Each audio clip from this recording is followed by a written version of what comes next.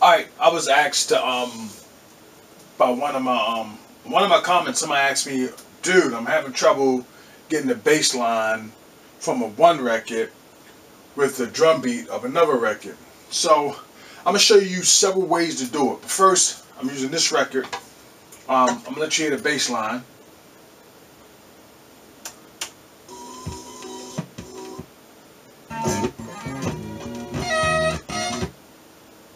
I can find it. Here we go. Let's crank that up so you can hear it. So here's the bass.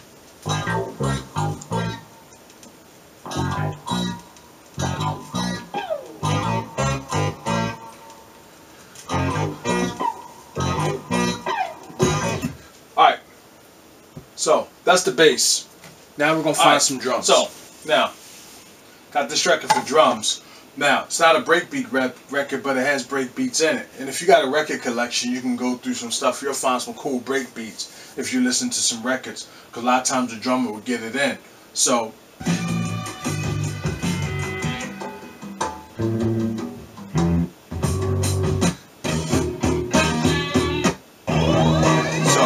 sometimes you'll find your break in the very beginning, like this.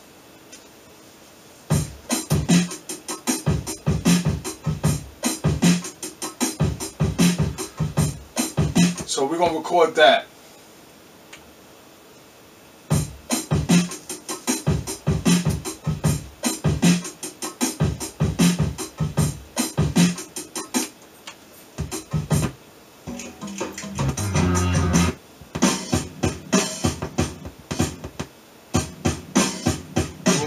We'll record this too, just in case I want to layer.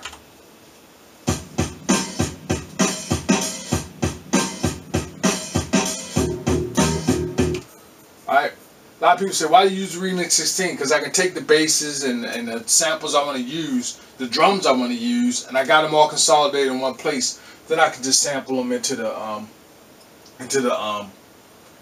Renaissance or any other sample I want to use, because I have all my pieces. So sometimes I do it for convenience, sometimes I do it to gritty up my samples, sometimes I do it just because when I'm going through records I just want to find stuff I want to work on later, and sometimes this machine stays on for days, so I got samples I know I want to work on, so when I'm going through records it's easy to capture it. So it's just for convenience and nothing more. I could sample straight into the Renaissance, the 2500 or any other machine. I just choose to do it this way. This has been my first machine. Well, I have my first machine I was really getting it in on was a Remix 16, so it's nostalgic to me, so I still like using it that way. But all these techniques I'm showing is you can sample them directly into your sampler, you know, like you need to.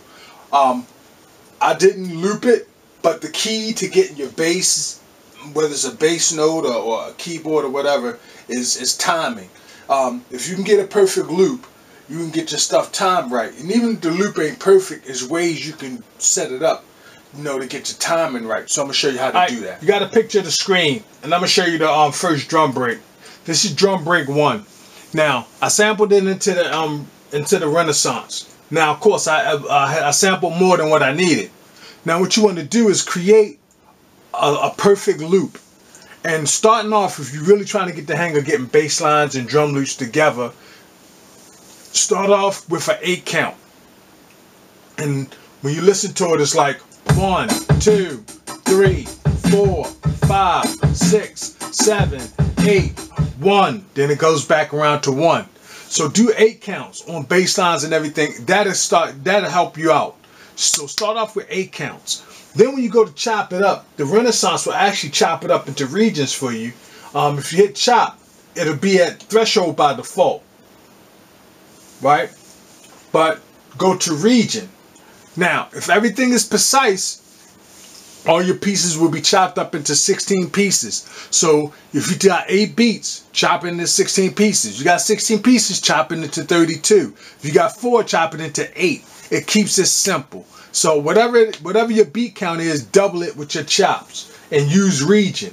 That way everything is on point. Now on some loops, you may have to tighten up some of the start and end points, but you know, just to get everything to hit precisely. But once you get that done and you got a perfect loop, everything is downhill from there.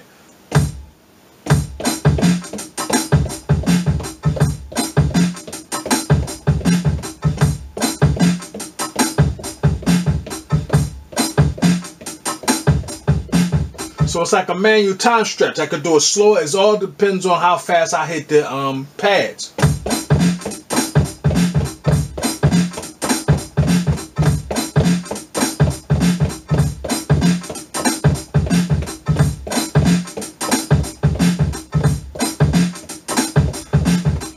So to me, that's the best way to do it. You can have it set up where your sample's on one pad and the machine does it for you. But do your manual chops. It makes it easy. Now, when you go to your sequence, just know, let's go back to sample edit screen. Each time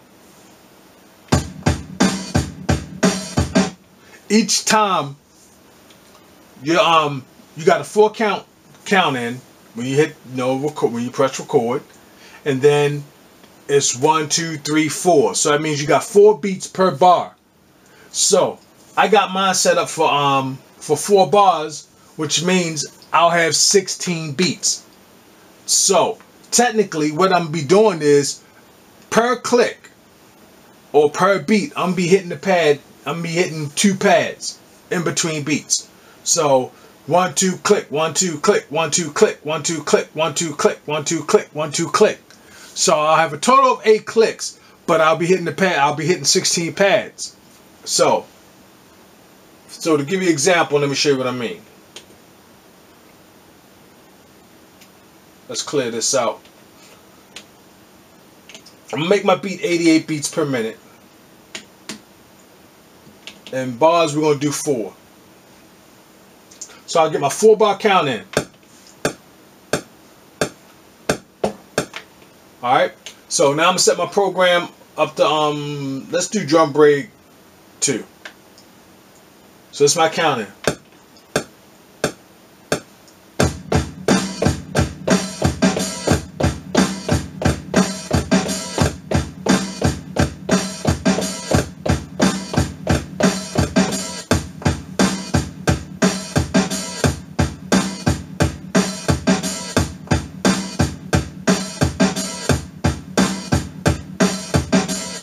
Alright, so I just recorded, I'm on sequence 1, so follow me, and I just recorded track 1. Once you got a perfect loop, let's look at our sample edit and look at DrumBreak 1. Once you got a perfect loop, everything is downhill from there. Everything. And if you chop in regions, you're in good shape. So that's DrumBreak 1. Let's look at DrumBreak 2. No, that's DrumBreak 2. Let's look at this one.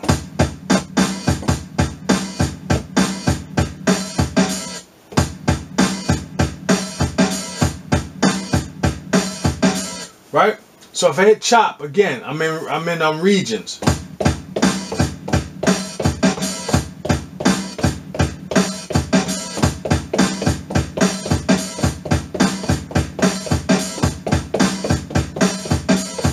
So it's like a manual time stretch. Now the best part of it is the bass line and both the drum breaks I recorded were in different tempos. But because I got perfect loops on them all and I chopped them in within regions and they're all 8 counts, I can make them link.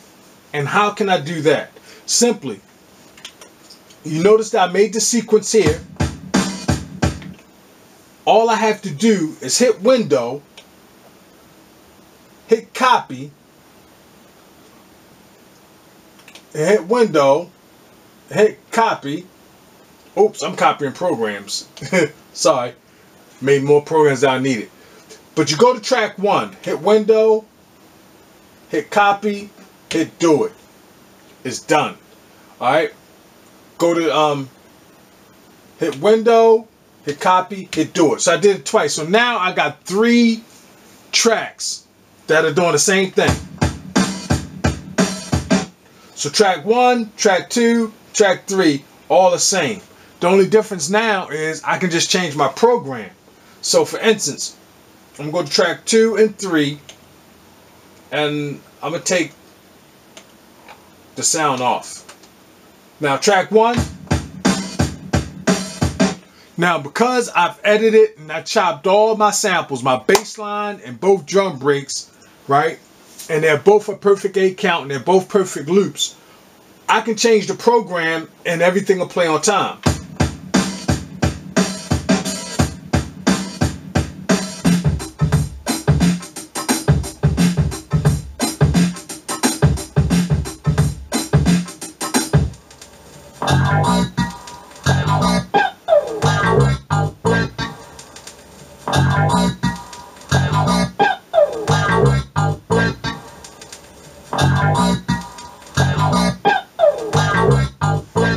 So everything is set. So if I go to DrumBreak 1, then go to track 2 and change my program, throw something on that program channel like the bass, guess what? It's all gonna play together.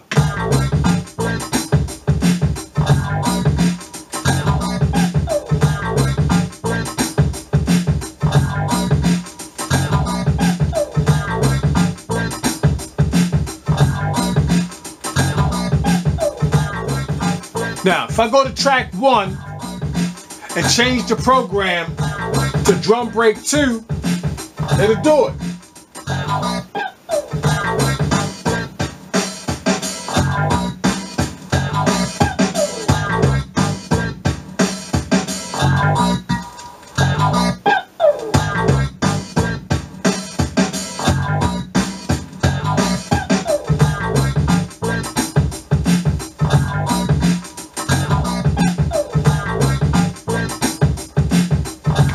So, if you do a perfect 8 count and you make a perfect loop, and if your timing is on point with the metronome where you can hit them on time, you just cycle through your pads, and I'm actually show you, let you see me record it live on the pads. Everything falls into place. Everything falls in place. That's the starting point. So, let's get a view of me on the pads. Now,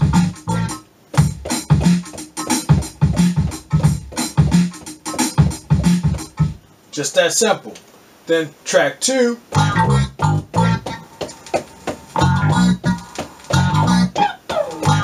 So all track 2 did is duplicate track 1, because all I hit these pads like this, all in a row.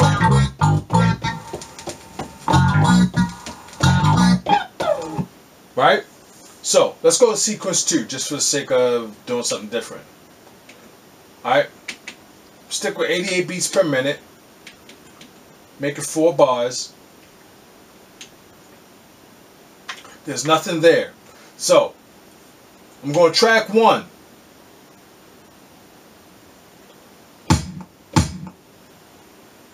DrumBreak 2.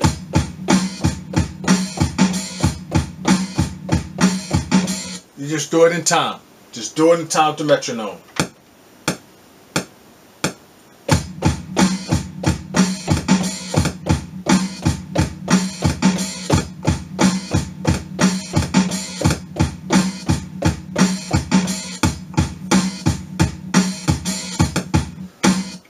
Whoop, I was a little off. But if you're close, the autocorrect would do it.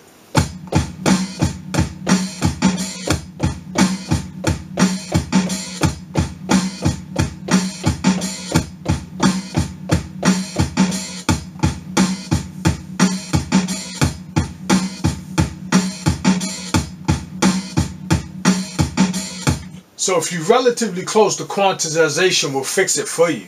So there you go. That's my loop. And again, I just went to track 1, made a copy of that track. I hit my window button, hit copy, hit do it. Now, track 2 is just like track 1. Difference is, I can change that to the track 2 to the baseline program that I created, and now they'll play together.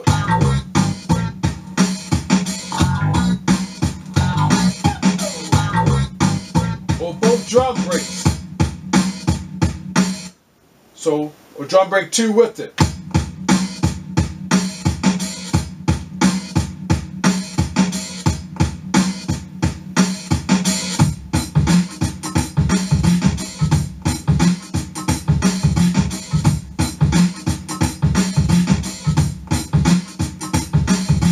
So if you got all your stuff on point, everything will play the way it needs to play.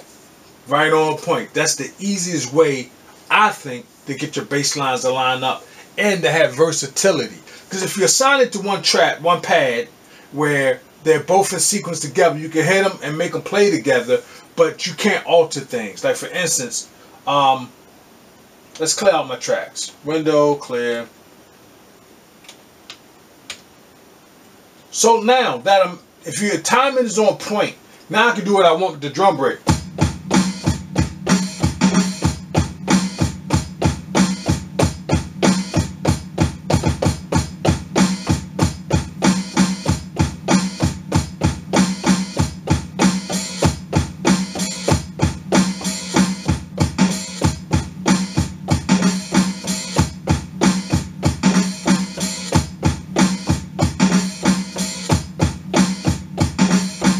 And that's the cool thing about chopping up breaks, because it still sounds like a drummer playing it, but you're playing them in different ways because of how it's chopped up. Way more versatility opposed to just linking up the loops, right? So, or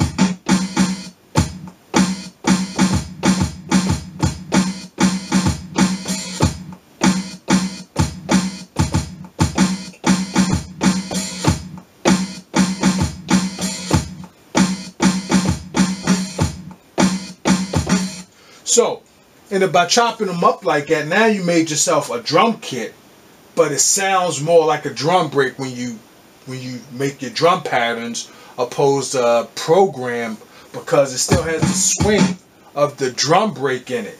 So that's why I would just say chop it up, and if you do a simple in the beginning and do a 4 count and just chop 8 beats. That way, everything is 8 beats. Everything is in your loops. Once you edit your samples, and if your loops are on point, you really can't go wrong. But now that we did that, let me show you the versatility that we can do. Since now I got the breaks chopped up. Hold up.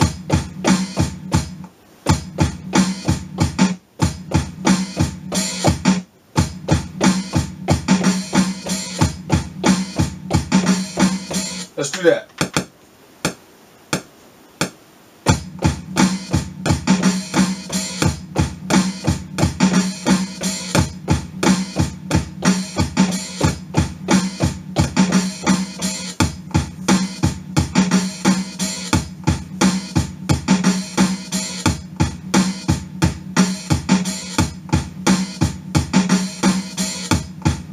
Versatility. Now I can go to track 2, change my program to bass.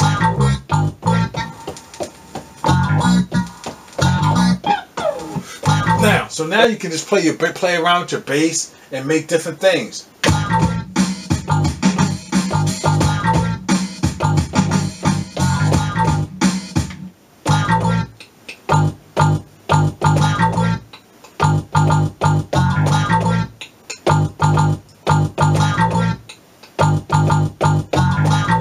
So let's do that.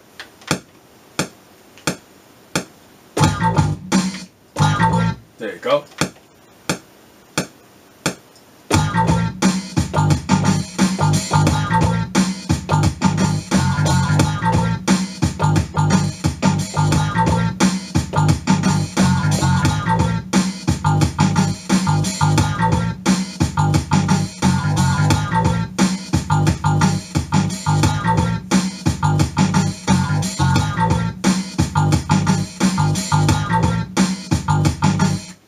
And I still got sequence 1.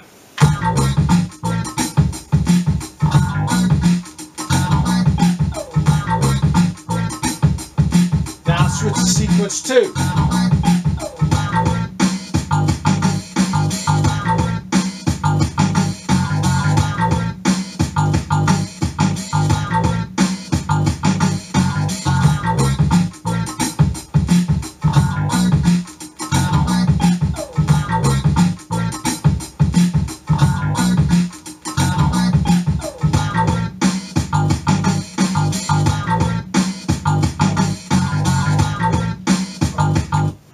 So you get the gist of it. So hooking your bass lines up with your drum beats and bass lines, keyboard parts, it's all the theory, or the theory of it is still the same. Make perfect loops, chop them up into regions, and if they're perfect, your regions will line up right. Sometimes if somebody's doing a live thing, it'll all come together in the end, so some of your regions might be a little off, where everything's not hitting on point, but it makes everything in time. Now, if you want certain things to hit, then you want to go into those particular regions and adjust those samples. I'll go into the editing process if needed, if this doesn't get the message across. But yeah, somebody asked me, how do you get your drum beats or your drum breaks and your bass lines from different records to match up? And that's how I do it.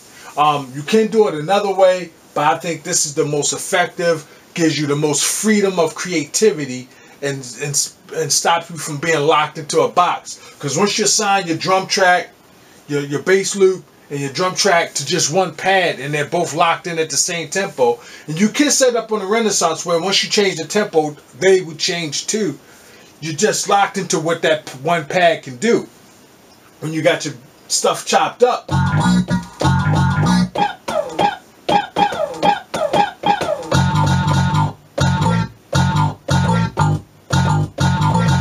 you got more freedom to create, and you can expand your creativity a lot more. So just make perfect loops, chop by region.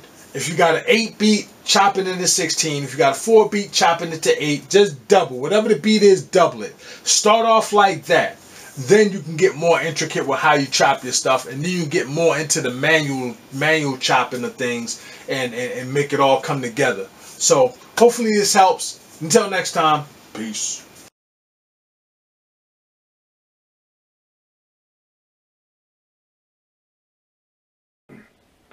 Alright, I said I was gone, but I figured I'd do a bonus.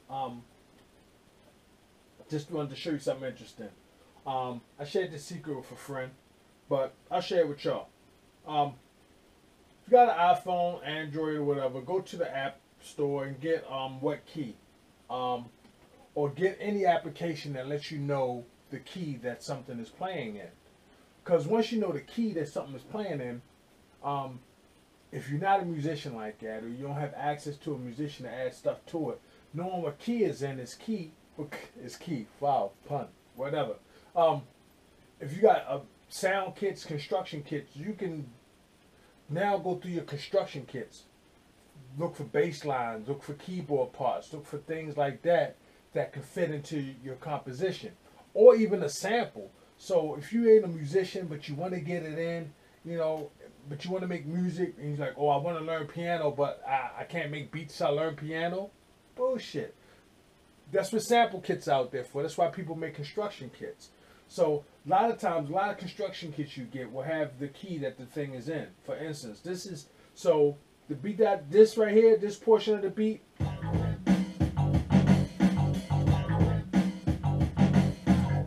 that's in the key of C minor. That's C minor. So that's really C minor, whatever. So I go to my construction kits, all my stuff that got C in it, and I'll go there and I'll mess around with stuff, look for stuff. Like for instance, I got this right here.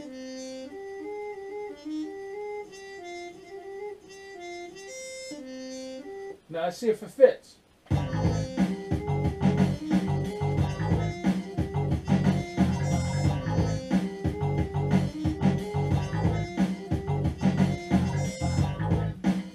See? Simple.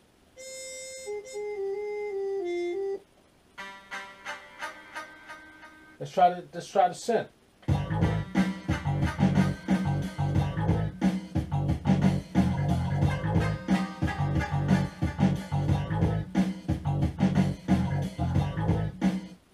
So let's go to something else. Like this is in the key of C. That's just an instrument.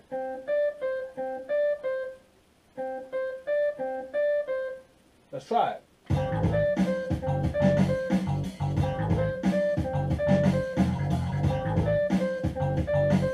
That works. Just make it a little lower. Let's take the beat out.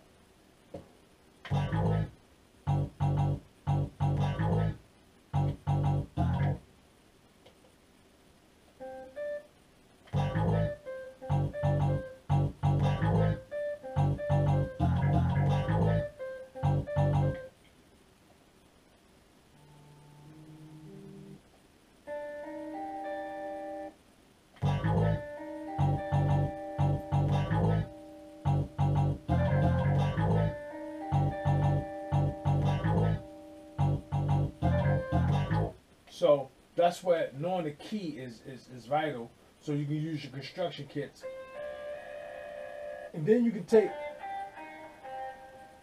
Once you know that's in that key, you can take that sample and chop it up and play the instrument any way you like.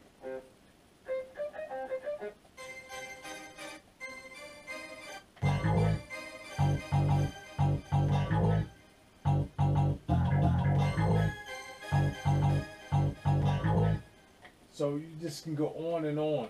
And as long as it's in the key of C, they're in the same key, you're good to go. Let's mess around for a couple more.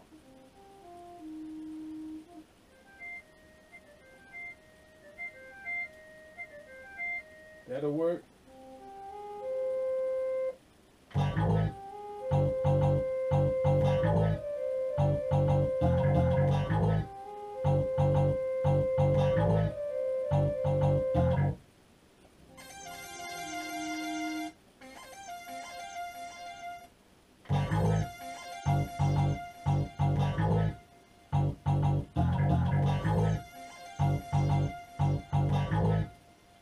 So the possibilities are endless once you know the key. And so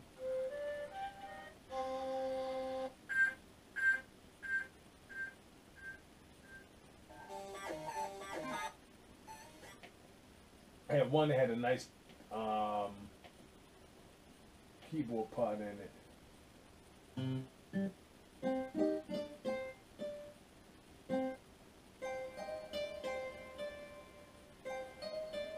That wasn't it.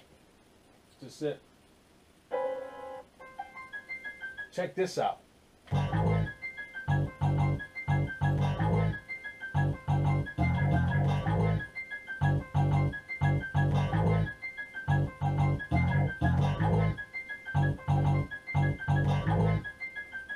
Is that funky? So once you know your keys, you can do it. Also, I tuned this down. So if you listen to the originally, I tuned it down to match the note that I wanted. So say you got some construction kits and the sound you like is in the key of A. Mess around with your pitch, and if it doesn't alter your sample, your program, because you can in a Renaissance you can adjust the whole program. So you can tune it up, tune it down, and that'll change, of course, the tune of it, and you can find out what the note is. Maybe do it in a note of A, maybe do it in a note of B minor or B major, and then you find all the stuff that you have in that. If you got Logic or something like that, all your stuff in construction kits are broken down, and they let you know what key. And you can also take these samples, like I want to use this keyboard part, but it's kind of off. Put it in your sampler, tune it until it's to the key that you want it to be, and blend it together. So knowing the keys is simple. And if you're not really musically inclined or the best with the keyboard to do it, or you need something to do it fast, download the application, like on your Android or your iPhone, and you good to go. Now you can take live construction kit music, chop up those loops, or chop up the keyboard part and play it the way you want to. Know the chops the way you want to on the pads, and make it blend with your music. Another way to get it in to add a little extra to your beats. Now that was one of my best kept secrets. I'll just leak that out. I don't know if I'm gonna let too many of my best kept secrets out there, but I thought I'd share that with some upcoming producers. Y'all want to really know how to get it in, so I thought I'd share it with you. All right, peace.